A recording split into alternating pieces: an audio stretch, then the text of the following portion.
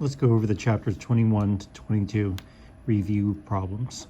And so these are going to be helpful in studying for the test. Make sure you practice the problems and are able to do them from scratch without any help. All right, but let's go through the answers.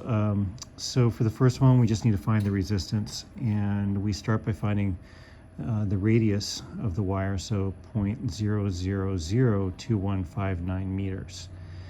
The cross-sectional area is going to be pi r squared, and so we have 1.4643846 times 10 to the negative 7th square meters. Now R equals rho L over A, so the resistance of something is directly proportional to the length, but inversely proportional to the area. And so plugging and chugging there gives us 10 ohms. Number 2, power is current times voltage. So 100 equals I times 120, 8.33 amps. And in B, we use Ohm's law to find 144 ohms. And in C, we find it by keeping in mind that 1 kilowatt hour is a kilowatt times an hour. So kilowatt is 1,000 joules per second, an hour is 3,600 seconds, and that gives us 3.6 megajoules. So electric companies charge you by the kilowatt hour. Now, if we have 100 watts going for 6 hours would be 2.16 megajoules. And if we were being charged 10 cents per kilowatt hour, that means we'll pay 6 cents. Number 3, we're going to apply Kirchhoff's rules to the circuit.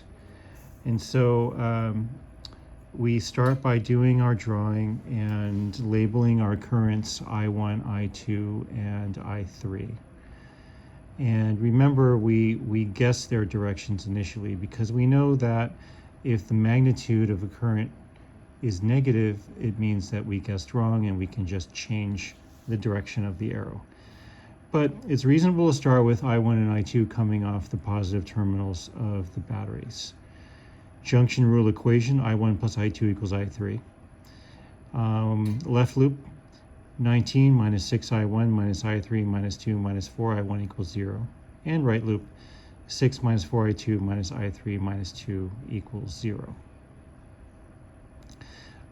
Putting that all together in a system of equations, we have I1 plus I2 minus I3 equals 0, etc. And we can change that system or rewrite it as a matrix and then do RREF or reduced row echelon form in our calculators to find that I1 is 1.5 amps, I2 is 0.50 amps, and I3 is 2.0 amps.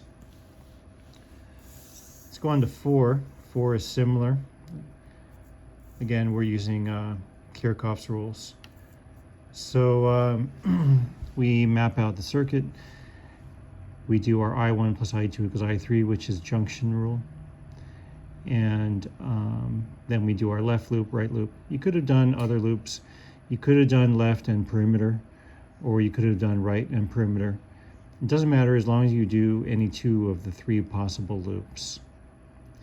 Also, just as a reminder from last problem set, you can choose to go around in any direction you want. I think it's convenient to start at the battery, see where the current you think is going, which direction it's going, and then just go in that direction. So right now my pencil direction is clockwise because my guessed direction of I1 is clockwise. And that's going to determine how I proceed. Now let's take a look at what's going on here with the actual numbers. So 5 is positive as expected since my pencil is lining up with the current. Then I come down to here and my pencil is no longer lining up with the current, and so resistor becomes positive. Instead of minus 10I2, it's plus 10I2. Then I go to the battery and notice again that my chosen direction of clockwise is opposite to the direction of the current through the battery. And so instead of that being a voltage jump or a plus 10, it is a minus 10.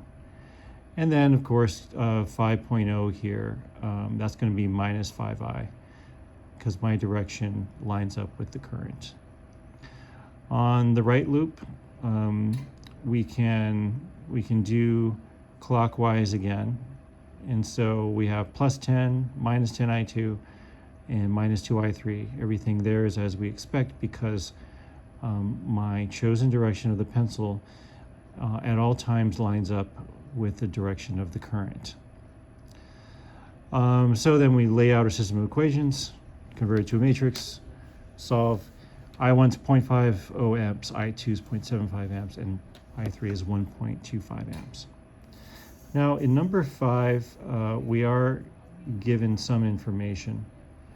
And so basically all we have to do is come up with a junction rule equation and 2 loop rule equations, similar to the last 2 problems. We don't need to do Gaussian elimination, because we simply just plug in what we're given and then solve for the unknowns. And if we do that, we can find that I1 is 2.00 amps. Epsilon, or the electromotive force, is 42.0 volts. And the unknown resistance is 5.00 ohms. Number 6 is a slightly more complicated circuit, and that's because we've got more junctions to deal with. You'll probably recognize that this is similar to the extra credit problem I gave you. And this is probably going to help you with that problem. All right, so we start with just kind of making some reasonable guesses. And we have a 12.0 volt battery here, so a reasonable guess is I1 comes off it. And then got another battery here, a reasonable guess is that I4 comes off of it. Now you could have labeled things very differently from how I labeled them here. Your numbering doesn't have to be the same. All that matters is that you're consistent with what you chose in the beginning. So I1 comes off, branches into I2 and I3. I4 comes off, branches into I5. And the reason I make it I3 here is because I know that I3 is coming around from the other way, and so this is the only possible direction that I3 can take. So then this means that our I6 is for this only remaining not accounted for portion of our circuit. We have 4 junctions here. 1, 2, 3, 4, which means that we can write 4 junction rule equations. I've got those here. But since we have 6 unknowns, we only need 3 junction rule equations and 3 loop rule equations. Now, we chose top left, top right, and bottom here, but we could have done other things like top left, top right, and perimeter. We didn't have to do bottom, but the point is that we just choose any 3 of the possible loops, and we make those our loop rule equations.